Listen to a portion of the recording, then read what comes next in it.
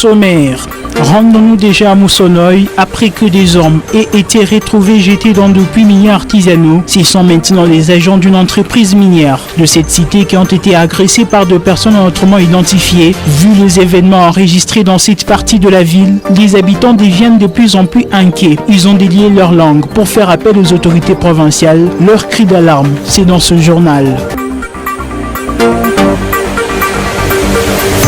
Tout le monde a vu les effigies du président de la République Félix Tshisekedi et de l'ex-président Joseph Kabila être brûlés le samedi 9 novembre 2019. Un sérieux bras de fer entre UDPS et PPRD. Ces actes ne sont pas passés en mode silencieux. Ainsi, pour restaurer un climat de paix, le maire de la ville a réuni tout le parti dans une réunion de sécurité. De cette réunion, une décision est tombée. Vous l'aurez dans ce journal.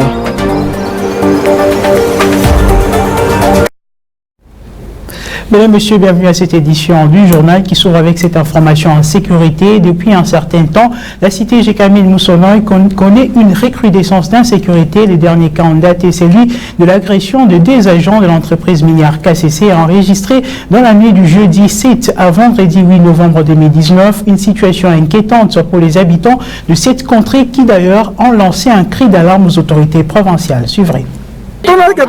On ne voit jamais des jeeps de la patrouille. Aucun service d'intervention n'est ici.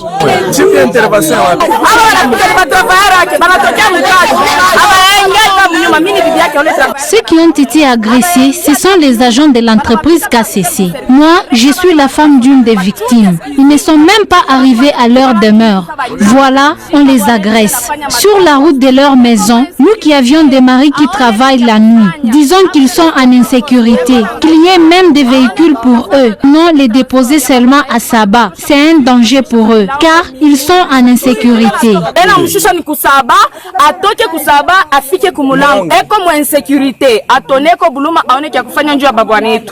Que les autorités trouvent une solution sur la recrudescence de l'insécurité, sinon ça risque d'être pire.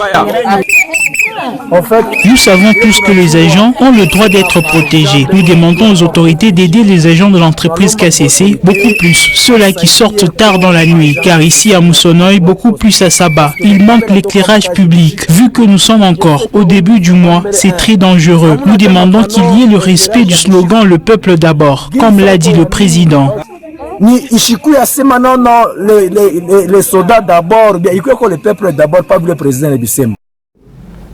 Depuis le week-end dernier, l'avenue Lusanga, en sa partie comprise entre la 6e et 3e avenue, est barricadée. Cette situation est consécutive aux travaux de construction de caniveaux sur le terrain. Tout semble évoluer. Suivez. Des panneaux servant à barrer la route, des bandes rouges et blanches placées, les avenues Lusanga et Gazungu barricadées. Les ouvriers sont à pied d'œuvre. Pour permettre une bonne canalisation des eaux des pluies, les dalles sont en construction et seront jetées sur les tranchées. Il dit, cette route est en plein travaux où nous l'avons divisée en deux pour qu'on construise les dalles qui permettront la canalisation des eaux qui stagnent dans les tout premiers tranchées pour qu'ils aillent se déverser dans un autre tranché où les travaux continuent et prendront fin pendant 21 jours, que les usagers aient la patience. Donc pendant 21 jours, soit 28 jours. D'après le maître d'ouvrage, ces travaux prendront 21 jours et la circulation sera fluide. Une parade spéciale de la police de circulation routière a été tenue ce lundi 21 novembre 2019 par le major Michel Lubamba à la place de la Poste avec comme objectif celui de sensibiliser les éléments de la PCR sur les précautions à prendre afin de lutter tant soit peu aux problèmes d'accidents de circulation routière. Patient Kabamba. Les agents de la police de circulation routière ont répondu présent à les rendez-vous hebdomadaires qui s'est tenu à la place de la Poste. Mais cette parade est différente d'autres car cette dernière a eu plusieurs particularités, notamment celui de détecter les causes des accidents qui sévissent ces derniers temps dans la ville de Kolwezi. Et par la même occasion, le commandant de la PCR a condamné les comportements qu'affichent les conducteurs des véhicules dans la soirée. Nous devons avoir une surveillance dans la ville. Il faut éviter que certains civiques soient détentés soit dans des véhicules pour aller traquer les principes des citoyens. La surveillance, nous devons multiplier, nous allons multiplier la surveillance parce que la ville doit être calme. Ceux-là qui se comportent de cette manière-là, lorsque vous êtes interpellé, vous ne voulez pas vous arrêter. Ce sont des inciviques. Moi, je dis bien, ce sont des chauffeurs inciviques.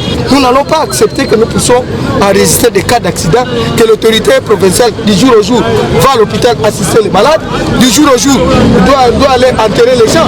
Parce que des chauffeurs inciviques continuent à se comporter très mal sur la voie publique. Nous devons les servir, nous allons réprimer ça. En rapport avec les plaintes des conducteurs qui accusent la police d'intervention mobile d'être à la base de plusieurs accidents, Michel Loubamba, commandant escadron de la police de circulation routière, ne partage pas cet avis. C'est simple lorsque vous observez les principes. Si on vous interpelle, on vous demande de vous arrêter.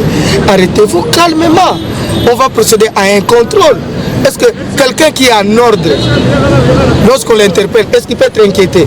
Il doit se sentir trop à l'aise. Si on lui demandait le permis de conduire, il présente le permis de conduire. Et si on lui demandait de présenter la carte rose, il présente la carte rose. Lorsque nous serons dans une période de recouvrement forcé avec la vignette et le contrôle technique, nous le faisons, nous avons l'habitude de le faire.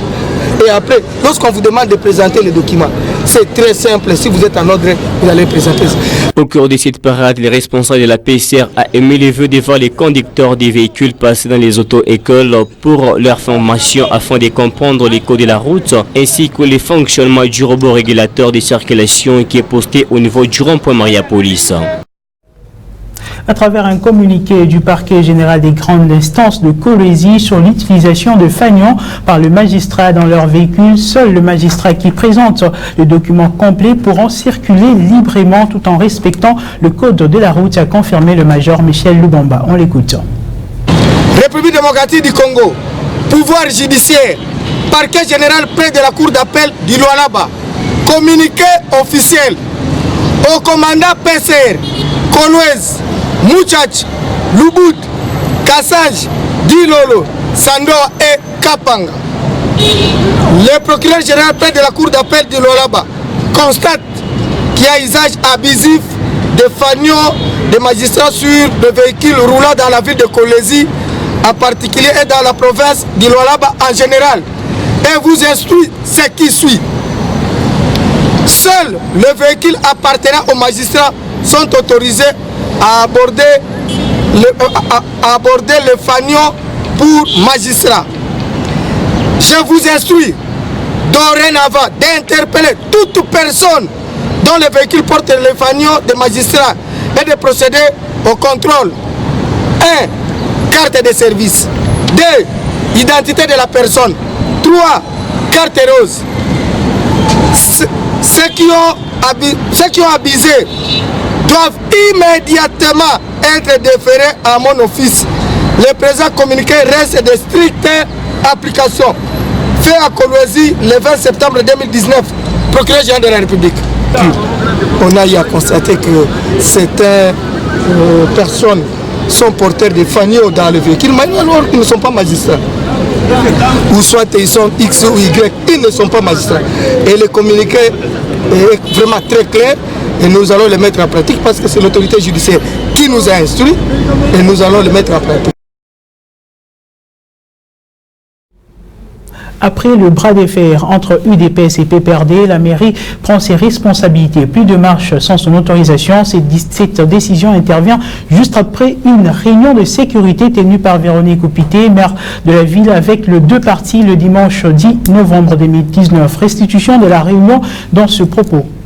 Je crois que c'était important de venir et d'appeler les responsables qui président avec nous dans ce conseil urbain et ce qui a été fait.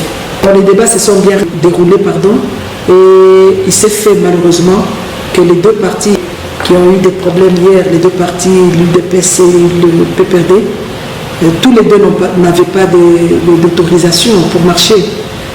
Les itinéraires, on ne connaissait pas, le nombre de personnes qui allaient venir, on ne le connaissait pas. Quand bien même pour le premier parti, on avait demandé à ce qu'ils nous donnent l'itinéraire précis afin qu'il puisse être sécurisé, on n'a pas eu de réponse. Et quant au deuxième parti, ils n'avaient pas d'autorisation pour marcher. Mais il s'est fait malheureusement que les deux partis ont eu à mettre du feu aux effigies, ce qui a fait que nous déplorons cet état de choses et demandons aux militants des deux partis de se calmer afin que notre ville puisse vivre dans la paix.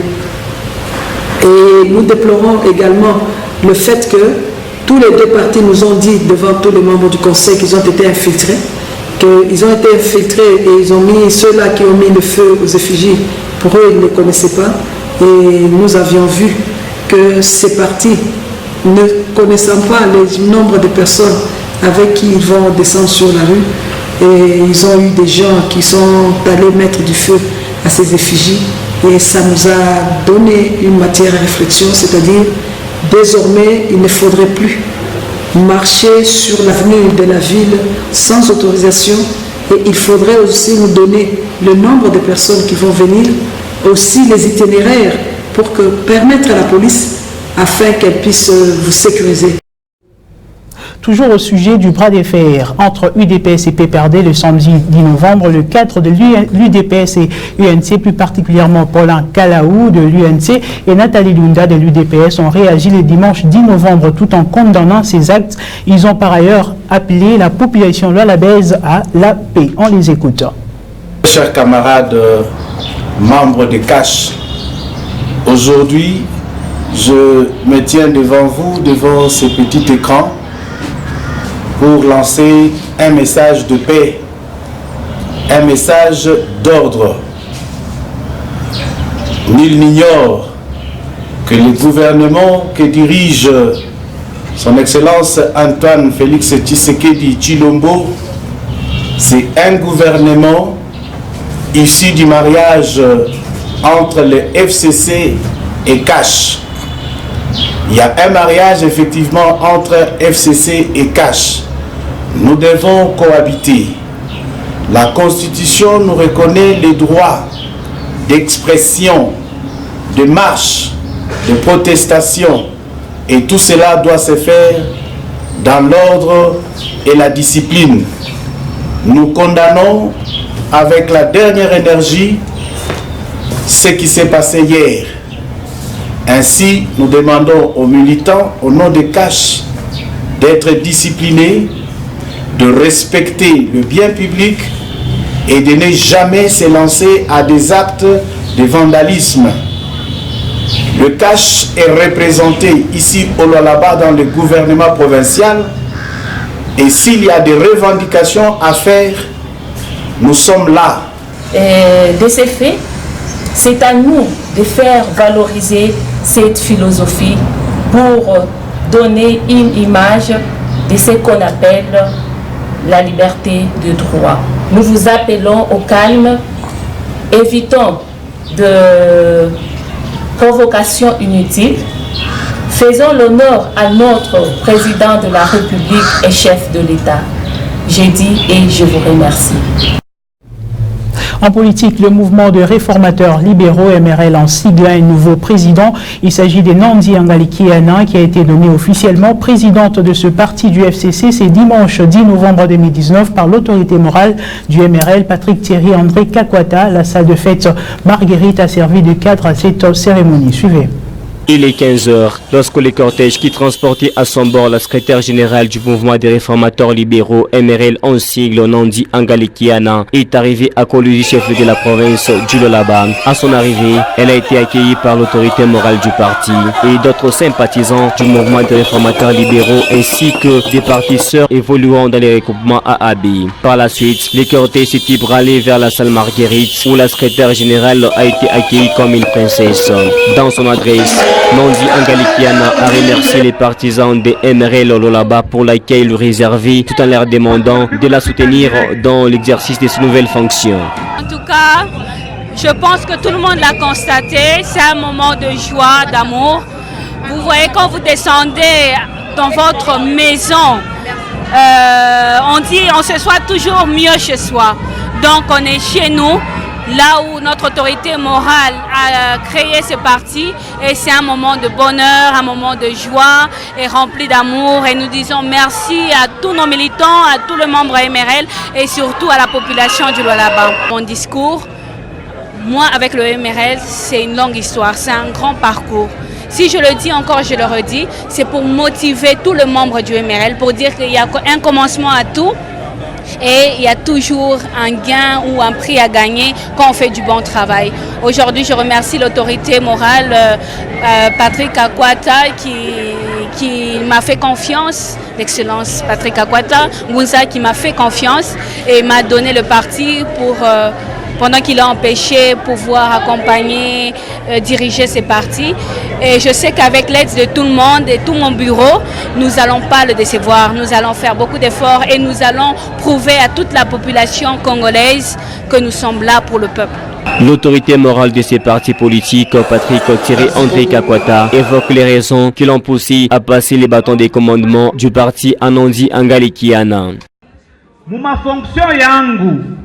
Ma casquette actuelle ne me permet plus d'être à la tête de ce parti politique. Voilà pourquoi j'ai cédé le bâton de commandement à Madame Angalikiana. Comme vous pouvez l'entendre par son nom, elle est encore jeune, elle n'est pas vieille. Voilà, désormais, c'est elle qui va diriger ce parti politique qui est le MRL. Intérimaire président national. C'est par des danses, des chants, des fraternités que s'est clôturée cette manifestation. Sous le patronage du gouverneur de province Richard Miege, le stade Diour de la cité Manika accueillera au mois de décembre un tournoi de jeunes joueurs qui sera organisé par le projet KIT évoluant en Espagne dans la promotion du football des jeunes devant la presse sportive. Le commissaire provincial au sport a lancé les activités liées aux bourses sportives. Suivez. Au-delà d'être province minière, les Lualaba possèdent d'autres atouts à présenter au grand monde. Le projet KIK vient déposer ses valises au Lualaba dans les volets sportifs pour détecter les jeunes talents afin de mettre à leur disposition des bourses sportives. Sous le patronage de son Excellence, Monsieur le gouverneur Richard Miege-Monguez-Mans, en collaboration avec le KIK, il est organisé chez nous pendant 3 jours, au mois de décembre, une sélection de jeunes talents, des jeunes âgés de 15 à 20 ans. Ils seront sélectionnés. Bien entendu, ces jeunes viendront de différents territoires qui constituent notre province. À l'issue de ces tournois, 5 meilleurs jeunes seront sélectionnés pour suivre une formation de 6 mois à l'étranger et puis signer des contrats professionnels.